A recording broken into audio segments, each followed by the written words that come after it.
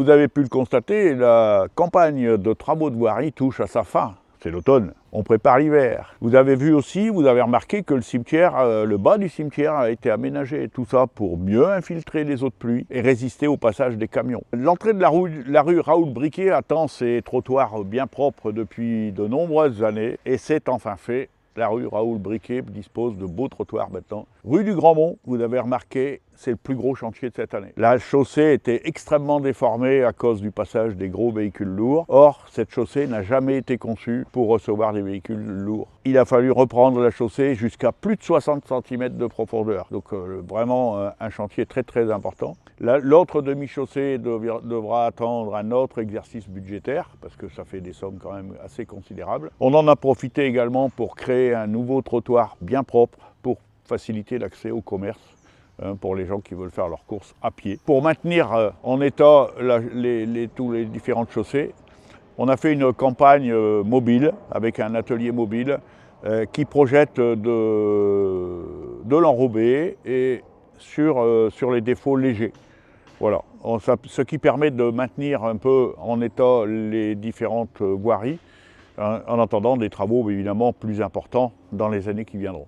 Nous avons refait l'enrobé qui permet d'aller du parking du Vauchel jusqu'à l'école au Villeroy au sec avec un enrobé bien propre et bien neuf ainsi qu'un petit parvis juste à côté de la porte de l'école. Il n'y aura plus besoin de mettre ses bottes en cas de pluie. Dans le domaine de la construction, le centre jeunesse s'est refait une belle petite toiture avec une isolation renforcée dans les combles. Cette année, l'hiver aura qu'à bien se tenir. Derrière moi, vous voyez des ouvriers s'activer et c'est avec plaisir qu'on va voir se monter l'aire de jeu pour les enfants qui s'installe ici derrière moi. Les murs et les clôtures ont été repris complètement par nos services techniques. Ça va constituer un bel écrin pour que les enfants puissent s'éclater avec plaisir, sous la surveillance de leurs parents évidemment. Nous sommes impatients de vous accueillir avec les enfants et de faire l'inauguration, mais il faudra peut-être attendre que le gazon pousse pour que ce soit complètement accessible. Si tout va bien, à la Sainte-Catherine, nous pourrons inaugurer l'îlot de fraîcheur de la cour de l'école Basely. Une belle réalisation